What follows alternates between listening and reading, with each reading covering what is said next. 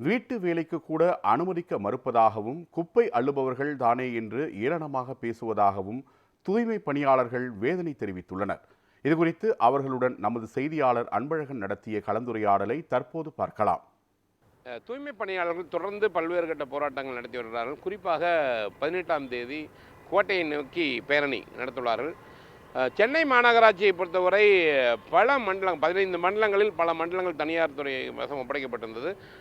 தற்போது 5 மற்றும் 6 2 மண்டலங்களையும் ராம்கி நிறுவனத்தில் ஒப்படைக்கும் பொழுதுதான் பிரச்சனையை ஆரம்பித்தது என்று சொல்லலாம். ஏனென்றால் அவர்கள் இருக்கக்கூடிய பணியாளர்களை வேலைக்கு, அதாவது 40 வயதுக்கு மேல் இருக்கக்கூடிய பணியாளர்களை வேலைக்கு வர வேண்டாம் என்று, மற்றவர்கள் எல்லாம் ஊதியம் குறைவாகவே தருவதாக கூறியிருந்ததால் ஒரு போராட்டம் நடைபெற்று கொண்டிருந்தது. இப்போ நம்மிடம் ஜோன் 5, அதாவது மண்டலம் 5ஐ சேர்ந்த பணியாளர்கள் இருக்காங்க. அவனுக்கு மாநகராட்சி வந்து எங்களுக்கு ஒன்றும் சொல்லலையா. எங்களுக்கு என்ன சொல்கிறாங்கன்னா, இப்போ மாதம் வந்து 7வது மாதம் 31ஆம் தேதி உங்களுக்கு வேலை முடிஞ்சிச்சுன்னு சொல்லிட்டாங்க. ராம்கி கான்ட்ராக்ட் வந்தது, எனிமல் ஸ்டாஃப் உங்களுக்கு வேலை கிடையாது, நீங்கள் சேர்ந்த ராம்கியில் சேருங்கன்னு சொல்லிட்டாங்க. எங்களுக்கு ராம்கியில் சேர எங்களுக்கு விருப்பம் கிடையாது. நாங்கள் எனிமல் வேலை தான் நாங்கள் கேட்குறோம். நாங்கள் இப்போ வாங்கினது வந்து 23,000 சம்பளம். அந்த 23,000 சம்பளம் கூட நாங்கள் ஒரு வருஷம் ஃபுல்லாக நாங்கள் வாங்கலை. வாங்கினது 8 மாதம் 7 மாதம் தான் இருக்கும். அது கூட பார்த்து நான் வந்து தான் அது உண்ணாவிரதம் இருந்து அந்த சம்பளம் ஏற்று கொடுத்ததே. கவர்மெண்ட் ஏற்று கொடுக்கல. ரெண்டாவது வந்து இந்த மாதிரி வந்து கவர்மெண்ட் எங்களுக்கு வந்தது கிடையாது. அந்த சம்பளம் அந்த 4 நாள் 5 நாள் ஒன்றா வரது இருந்து எங்களுக்காக அந்த சம்பளம் ஏற்று கொடுத்தாரு, 23,000 சம்பளம்.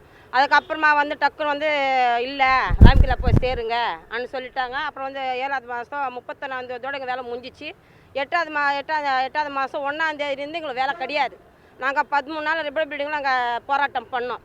அங்கே கூட நாங்கள் வந்து எங்களுக்கு இருக்கிற கஷ்டத்துக்கு நாங்கள் வேலை தான் கேட்டோம் தவிர நாங்கள் வந்து ஒன்றும் பிரச்சனை பண்ணிங்கன்னு பப்ளிக் டிஸ்டர்ப் பண்ணிங்கன்னு வரப்போகிற பஸ்ஸுங்கள் நிப்பாட்டி நாங்கள் ஒன்றும் யாரும் வந்து தலைக்குறை நாங்கள் யாரும் பேசலை.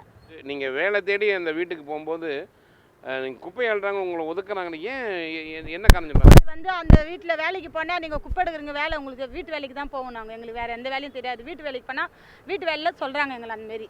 ரொம்ப கஷ்டப்படுறோம். நாங்கள் வயிற்று சோத்துக்கும் வாடகைக்கும் கொடுக்க முடியல. குழந்தைங்கள வச்சிங்கன்னு 2 மாதம் ஆகுது.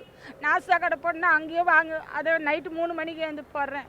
அந்த சௌகர்பேட்டில் அவ்வளோ குப்பை எச்செல்லாம் எடுத்து 10 வருஷமாக கை காலெல்லாம் போச்சு. எனக்கு 5 வருஷமாக மாத்திரை துண்டுறேன்.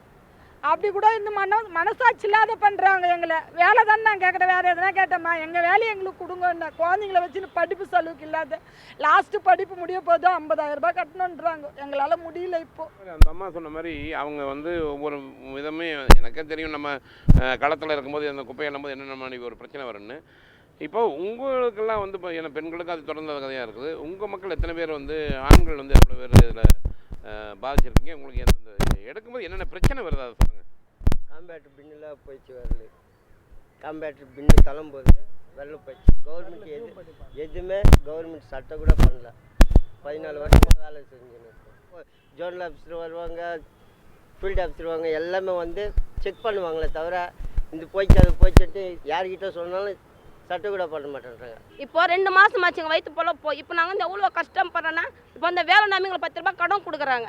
ஒரு வாடகை வீட்டில் இருக்கிறோம். இப்போ அந்த வாடகை 1 மாதம் 2 மாதம் கட்டலைன்னா சும்மா இருப்பாங்க, 3 மாதம் கட்டலைன்னா சும்மா இருப்பாங்களா? இப்போ எங்களுக்கு வேலை இல்லை. இப்போ நாங்கள் யாருப்பா வேலை நாங்கள் கேட்குறது? 2 மாதம் ஆச்சு இப்போ இந்த வேலை இல்லாதனால. இவருடைய பிரச்சனை அதாவது என்னென்னா, ஒரு வேதனையான ஒரு விஷயம் என்னவென்றால், இவர்கள் வேறு பணிக்கு செல்ல முடியாத நிலையில் தான் உள்ளது. ஏனென்றால் வேறு ஏதாவது அந்த வீட்டு வேலைக்கு செல்ல போகும் பொழுது அவர்கள் இவர்களை வந்து ஒதுக்குவது தான் வேதனையான ஒரு விஷயமாக இருக்கிறது.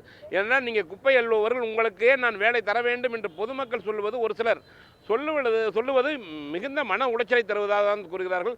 இவர்களுக்கு ஒரு விடிவு பிறக்க வேண்டும். கண்டிப்பாக இதுக்கு மாநகராட்சி நிர்வாகம் சரி, தமிழக அரசும் உடனடியாக நடவடிக்கை எடுக்க வேண்டும். ஒளிப்பதிவு பரசுராமுடன் அன்பழகன்.